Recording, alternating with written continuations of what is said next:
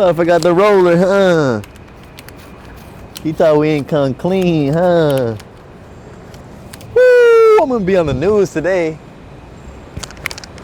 It's not unusual. Yo, I feel so naked without my watch. I normally have a watch on of some kind. No, look, anything of value in the trunk, so yo me metí aquí. Yo, all right, ready? Something for the vlog? All right, guys, we're at it again. Another day in the city, running around. Kind of a cool day today. And by the way, this is what I love about being an entrepreneur too, is like, you just kind of never know what your day is gonna be like. You know, it could be in the office, heads down, taking, doing work, spreadsheets. It could be taking meetings. It could be running around doing talks or traveling or doing brand deals. I really like the way, I like a multi-pronged career. And so, I think I would be bored any other way, to be honest. But anyway, today is gonna be a fun day. Have a keynote at Baruch. We're just a couple of blocks away from Baruch College. I'm speaking to, kids who come from my hood. So I'm excited about that. And also at the same time, Pix 11 News is doing a feature on what, the work we're doing, and I think it's a profile on me, so I'm appreciative of that. They'll be at the talk as well, interviewing some kids, and then afterwards we'll have a sit-down interview. Then I'm gonna go meet with a mentor of mine, Hugo, and take a meeting with, a couple other funds and GPs. So should be a fun day. There's honestly not a dull day in this journey. Not a dull day. What do you think, Mendy? I'm ready.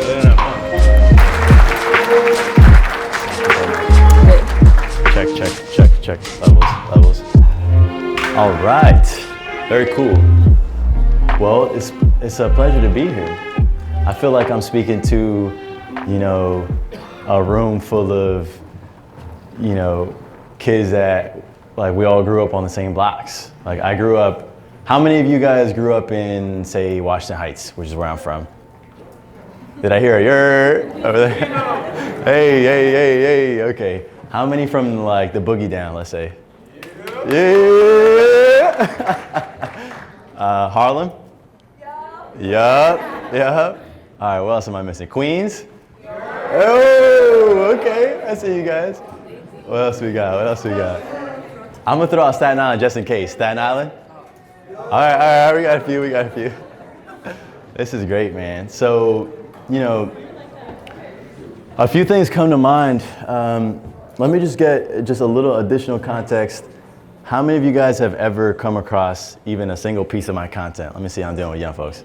Oh, that's what's up. I appreciate you guys. It doesn't matter where you fall on that spectrum. It matters to me that you guys are here, right? So I came to that city with the same fire, and I was working a bunch of dead-end jobs. And I don't know, maybe some of us can relate, but I didn't have skills. I didn't know how to code, how to design. Like, I'm just out there working little dead-end jobs. My dad worked at a press, as a presser and a dry cleaner. So I was out there, I was a bag boy.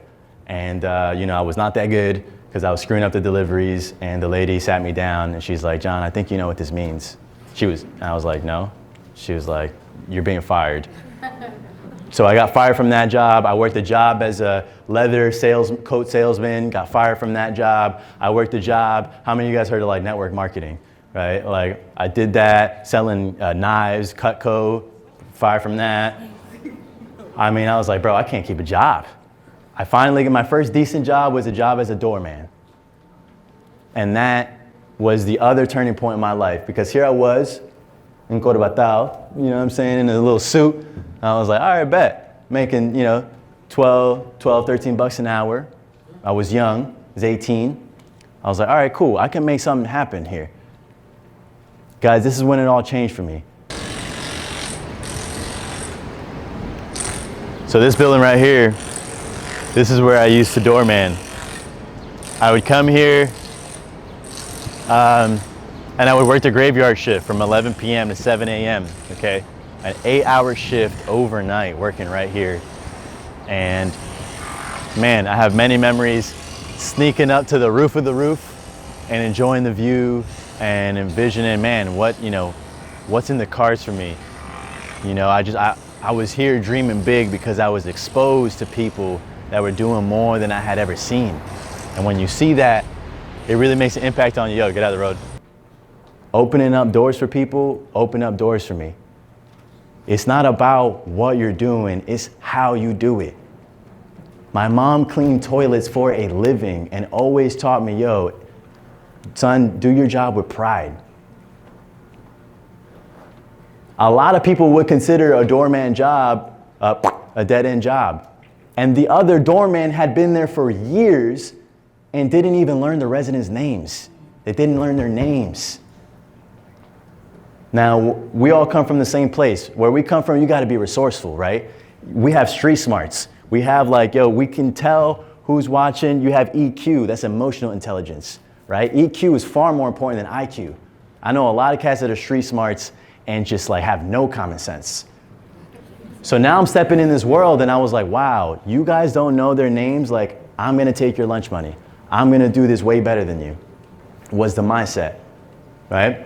And so anyway, to fast forward so we can get into the meat of it, right? I'm walking you guys through the mindset, how I got there. When I got there, I was determined to do a really good job. I didn't care how you saw what I did. And one of the residents whom I'm gonna go see after this, was a full circle moment for me, Puerto Rican guy, fucking self-made, millionaire, wasn't shy about his money, drove a Beamer. And he looked at me, he's like, yo, don't you dare settle for being the doorman. You can have your own doorman. Yo, a lot of the lessons that you taught me, man, I mean, look, I done told you a million times, and I'll tell you a million more times throughout my life, right? But like, the shit that you really taught me, like, the powerful thing about the way you spit game is the way you learned it, right? Like, you learned it through a certain lens. Right. And you pass it off to me, and that shit resonated, and I developed my own flair, like my own thing to it. Because you had it. Right, exactly. It right. wasn't a question that you had to learn it. Right. You just needed somebody to hit the switch for you. Yep. Turn you on. Bloop. And when you flipped that light on, I was like, oh shit, okay, all right, I see the opportunity your community had within itself. Right, right. A lot of people see the hood and think it's a hood. I see a hood and I see a gold mine. Right, right. I see cleaners. Right. I see I know, you see clean as shit. Yeah. I see stuff that communities need that people won't go there. And to me, they're stupid. Right. Because they're the ones that spend the most money. Exactly. So people see hoods and they're like, oh, no, I'm not putting up business, won't be said. You're a fool. Right. You're a fool. They eat like everybody else. They shop like everybody else. As a matter of fact, they shop even more because they compensate what they think they're never going to have in their life through smaller products. Exactly. And that's the crazy part. He showed me how to take something, an idea, and turn it into your own stream of income. We're going to talk about the job landscape, but just know he taught me how to make my own job. So I didn't have to rely on an outside system. Right? So he had a franchise of dry cleaners. That's how he made his money. I don't know anything about dry cleaning, but he's like, yo, go around in Harlem, convince people to give you their clothes, right? Like, yo, hey, how you doing? Hi, my name is John Henry. Hi, pleasure. Listen, where do you get that shirt clean? It's nice. You probably spent $49 on that. You know, you don't want to put it in the washer. So, come, leave it with me. I'll dry clean it to you for, for $3. And, have his next day delivery. I learned how to do this. And I would take the clothes, bring it to Hugo. He would clean it, and he would do it for me for the cheap, $1, and I would bring it back. And so that was my first little hustle. Yo, it's a chicken and waffle joint. The shit is fucking banging. You know what's stressful? I mean, I see these kids, and even when you're talking to people, even when you get idiots on there, I just look at them and say, hold up, you're not even in the game, but you have criticism. Right. That's disturbing to me. You're not in the game. You're not making no moves, but you want to tell somebody else they're full of shit. Well, the person you're telling full of shit is getting up at 5 every morning trying to do it. Hustling, you're just sitting over there talking shit. Yep. That's why when people tell me, I'm like, yo, but what have you actually done? Right. They actually have done nothing, but I hate everybody saying they're an expert in something.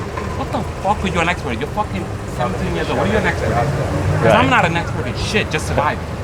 Eventually, through a lot of hustle, I broke into the film industry. I did all the wardrobe for my first movie was The Wolf of Wall Street. Every single piece of wardrobe that you saw on that film was processed by this guy. When you zoom out and time has progressed, that's the thing about investing or even being an entrepreneur, is the present feels really real because that's really all we have. But if you could set your mind and just envision for a moment what 10 years or 20 years from, looks like from now. right? Like time will move on, right? And I don't mean that in some philosophical way. It's like, that's the beat at which, you know, to which life progresses. Just like in music, there's a tempo. Tick, tick, tick, tick. Life is just flowing at this tempo, is flowing and it's flowing at this tempo. And the reason, anyway, to tie it back, like the reason I'm comfortable going through all the challenges that this journey has is because I'm thinking already 20 years from now. You know? When you come, yeah, I'm thinking 20 years from now. I'm thinking I want to grow, build, assemble. I want to do everything I can to stay super active now. We don't get much rest. Ask Mendy. You know? And look, we try to recharge when we can. There's pockets where we recharge. Success in business, we were talking about this on the way here with my videographer, Mendy, who's 6'5", you can't miss him. But we were talking about is like, yo, the world, the job world, everything is made to seem so technical. Oh, well, you got to know all the technical stuff. And we get scared of entering into something because we feel we don't know enough to break in. And I know because I did it, started with knowing nothing, that the most important thing is actually having the bravery to get started, because most people don't. I didn't have a conception that I could do this. Like, it's a given now because you're, you know, I don't know when you came across me, but like when you meet someone, you just meet them from that point onward, right? And so you kind of know their current version. But back before any of this was a given, you know, there I was, just manning the desk, and it took someone to spot me and say, hey, yo, you could be more. And I saw the way he moved and he rolled and he felt authentic and genuine, and I didn't feel like he had compromised who he was to make it.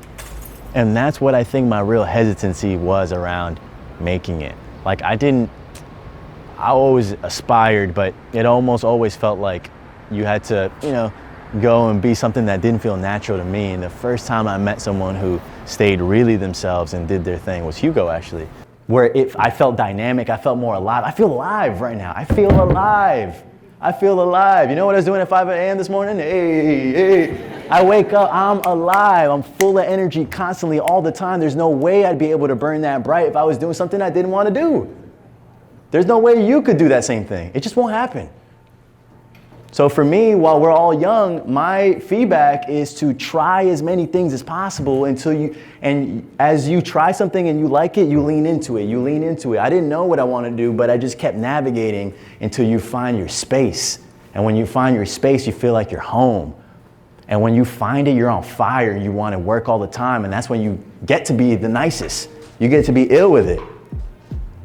And that's why Drake takes home $2 million every show he does, because he's ill. So I'm trying to be ill at something. Hope that helps. In